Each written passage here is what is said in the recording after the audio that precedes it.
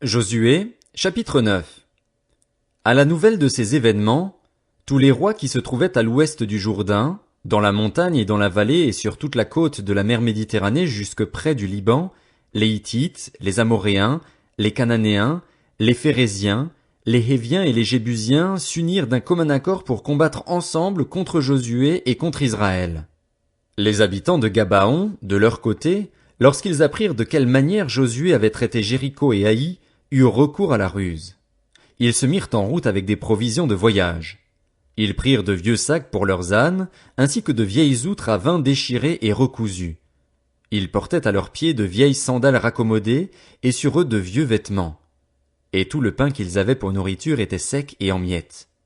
Ils allèrent trouver Josué au camp de Gilgal et lui dirent, ainsi qu'à tous ceux d'Israël, « Nous venons d'un pays éloigné.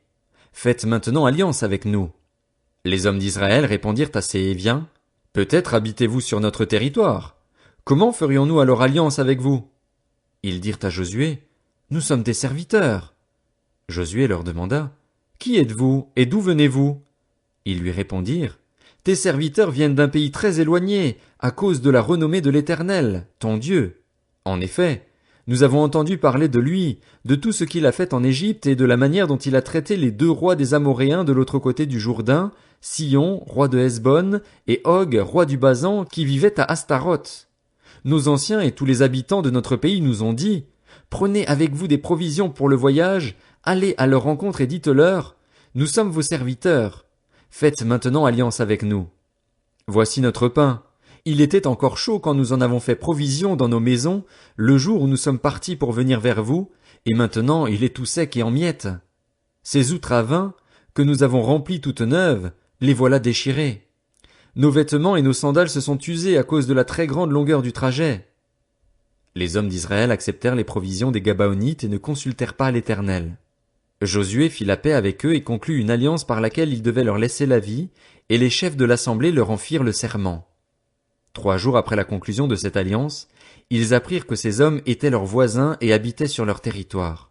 En effet, les Israélites partirent de leur camp et parvinrent vers leur ville le 3e jour. Il s'agissait de Gabaon, Képhira, Béhéroth et Kirjat-Jéarim. Ils ne tuèrent pas les Gabaonites parce que les chefs de l'assemblée leur avaient juré par l'Éternel, le Dieu d'Israël, de leur laisser la vie, mais toute l'assemblée murmura contre les chefs. Tous les chefs dirent à toute l'assemblée, « Nous leur avons prêté serment au nom de l'Éternel, le Dieu d'Israël, et maintenant nous ne pouvons pas les toucher. Voici comment nous les traiterons.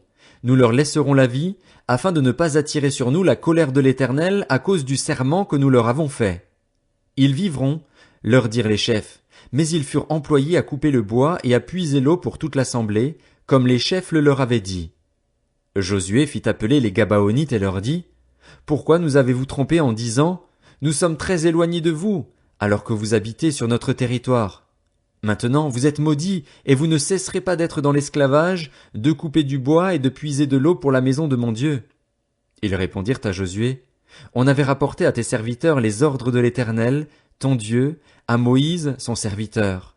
Il y était question de vous livrer tout le pays et de détruire devant vous tous ses habitants, et votre présence nous a inspiré une grande peur pour notre vie.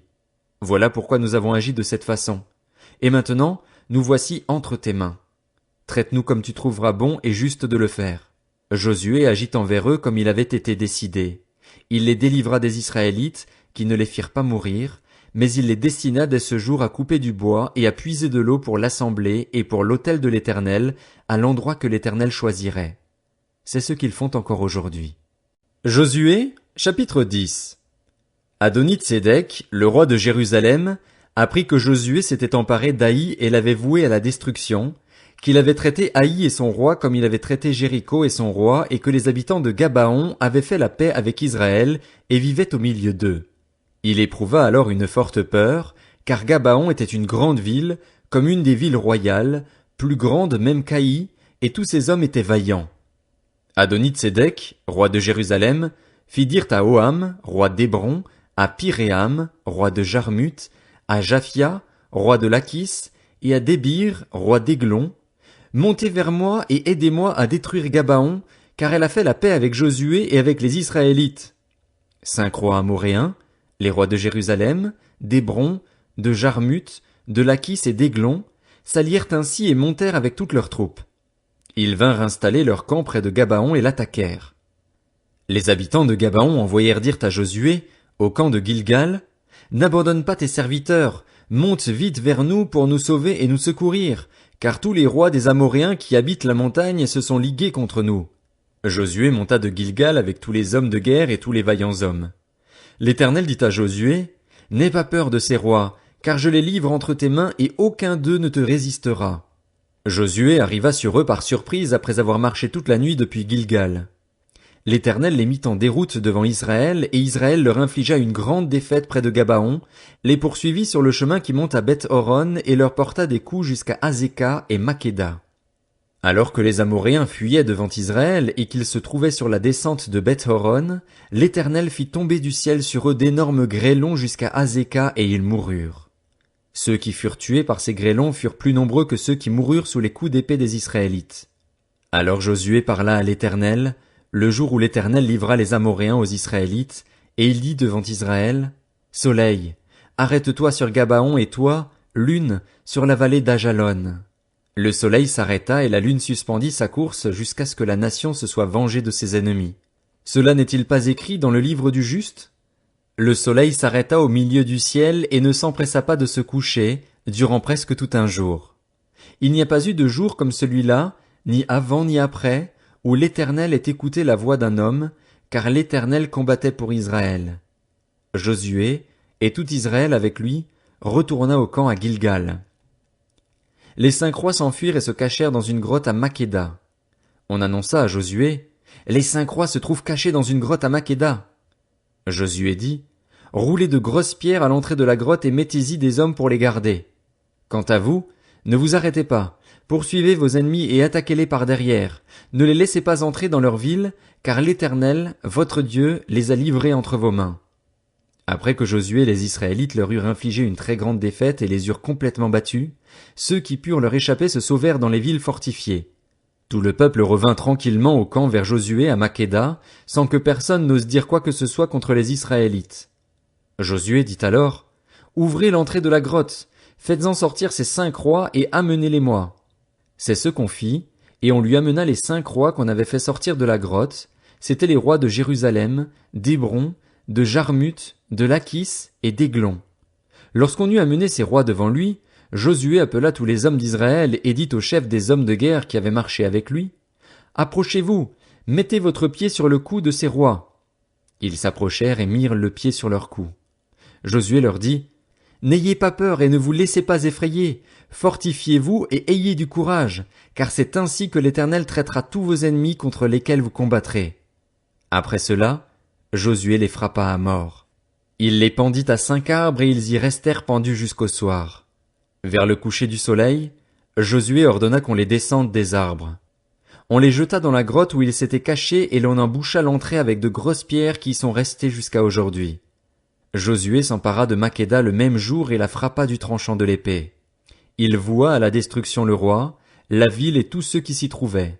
Il ne laissa aucun survivant et il traita le roi de Makeda comme il avait traité le roi de Jéricho. Josué passa avec tout Israël de Makeda à Libna et attaqua Libna. L'Éternel la livra aussi, avec son roi, entre les mains d'Israël, et il la frappa du tranchant de l'épée, elle et tous ceux qui s'y trouvaient. Il ne laissa aucun survivant et il traita son roi comme il avait traité le roi de Jéricho. Josué passa avec tout Israël de Libna à Lachis. Il installa son camp devant elle et l'attaqua. L'Éternel livra Lachis entre les mains d'Israël, qui la prit le 2e jour et la frappa du tranchant de l'épée, elle et tous ceux qui s'y trouvaient, comme il avait traité Libna. Alors Horam, le roi de Gézer, monta pour secourir Lachis. Josué les battit, lui et son peuple, sans laisser un seul survivant. Josué passa avec tout Israël de Lachis à Aiglon. Ils installèrent leur camp devant elle et l'attaquèrent. Ils s'en emparèrent le même jour et la frappèrent du tranchant de l'épée, elle et tous ceux qui s'y trouvaient. Josué la voua à la destruction le jour même, comme il avait traité Lachis. Josué monta avec tout Israël d'Aiglon à Hébron et ils l'attaquèrent. Ils s'en emparèrent et la frappèrent du tranchant de l'épée, elle, son roi, toutes les villes qui en dépendaient et tous ceux qui s'y trouvaient. Josué ne laissa aucun survivant, comme il l'avait fait à Aiglon, et il la voua à la destruction avec tous ceux qui s'y trouvaient. Josué se dirigea avec tout Israël sur Débir et l'attaqua. Il s'empara d'elle, de son roi et de toutes les villes qui en dépendaient. Ils les frappèrent du tranchant de l'épée et vouèrent à la destruction tous ceux qui s'y trouvaient, sans laisser un seul survivant. Josué traita Débir et son roi comme il avait traité Hébron et comme il avait traité Libna et son roi. Josué conquit tout le pays, la montagne, le Néguev, la vallée et les coteaux, et il en bâtit tous les rois. Il ne laissa aucun survivant et il extermina tout ce qui respirait, comme l'avait ordonné l'Éternel, le Dieu d'Israël. Josué les bâtit de Kadès-Barnéa à Gaza, il conquit toute la région de Gozen jusqu'à Gabaon. Josué s'empara en même temps de tous ses rois et de leur pays, car l'Éternel, le Dieu d'Israël, combattait pour Israël. Puis Josué retourna avec tout Israël au camp à Gilgal. Josué, chapitre 11. À la nouvelle de ces événements, Jabin, le roi de Hatsor, envoya des messagers à Jobab, le roi de Madon, au roi de Shimron, au roi d'Akshaph, au roi qui se trouvait au nord dans la montagne, dans la plaine au sud de Génézaret, dans la vallée et sur les hauteurs de Dor à l'ouest. Il en envoya aussi aux Cananéens de l'est et de l'ouest, aux Amoréens, aux Hittites, aux Phéréziens, aux Jébusiens dans la montagne et aux Héviens au pied de l'Hermon dans le pays de Mitzpa. Ils sortirent avec toutes leurs troupes. Ils formaient un peuple innombrable, comme le sable qui est au bord de la mer, et avaient des chevaux et des chars en très grande quantité. Tous ces rois fixèrent un rendez-vous et vinrent ensemble installer leur camp près des eaux de Mérom pour combattre contre Israël. L'Éternel dit à Josué, « N'aie pas peur d'eux, car demain, à ce moment-ci, je les livrerai tous, blessés à mort, à Israël. Tu mutileras les jarrets de leurs chevaux et tu brûleras leurs chars. » Josué arriva par surprise sur eux avec tous ses hommes de guerre près des eaux de Mérom, et ils se précipitèrent au milieu d'eux. L'Éternel les livra entre les mains d'Israël. Ils les battirent et les poursuivirent jusqu'à Sidon-la-Grande, jusqu'à Misréphoth-Maïm et jusqu'à la vallée de Mitzpa vers l'est. Ils les battirent sans laisser un seul survivant. Josué les traita comme l'Éternel le lui avait dit, il mutila les jarrets de leurs chevaux et brûla leurs chars. À la même époque, sur le chemin du retour, Josué s'empara de Hatsor et frappa son roi avec l'épée. Hatsor était autrefois la principale ville de tous ses royaumes. On frappa du tranchant de l'épée et l'on extermina tous ceux qui s'y trouvaient. Il ne resta rien de ceux qui respiraient et l'on mit le feu à Hatsor. Josué s'empara aussi de toutes les villes de ses rois et de tous leurs rois. Il les frappa du tranchant de l'épée et les voua à la destruction, comme l'avait ordonné Moïse, le serviteur de l'Éternel. Toutefois, Israël ne brûla aucune des villes situées sur des collines, à l'exception seulement de Hatsor, qui fut brûlée par Josué. Les Israélites gardèrent pour eux tout le butin de ces villes et le bétail, mais ils frappèrent du tranchant de l'épée tous les hommes jusqu'à leur complète extermination, sans rien laisser de ce qui respirait. Josué se conforma aux ordres donnés par l'Éternel à son serviteur Moïse, et par ce dernier à lui-même. Il ne négligea rien de tout ce que l'Éternel avait ordonné à Moïse. C'est ainsi que Josué s'empara de tout ce pays, de la montagne, de tout le Néguev, de toute la région de Gozen, de la vallée, de la plaine, de la montagne d'Israël et de ses vallées, depuis la montagne pelée qui s'élève vers Séhir jusqu'à Baal-Gad, dans la vallée du Liban, au pied du mont Hermon. Il s'empara de tous leurs rois, les frappa et les fit mourir. La guerre que Josué mena contre tous ces rois fut de longue durée. Aucune ville ne fit la paix avec les Israélites, à l'exception de Gabaon, qui était habité par les Héviens. Ils les prirent tout en combattant.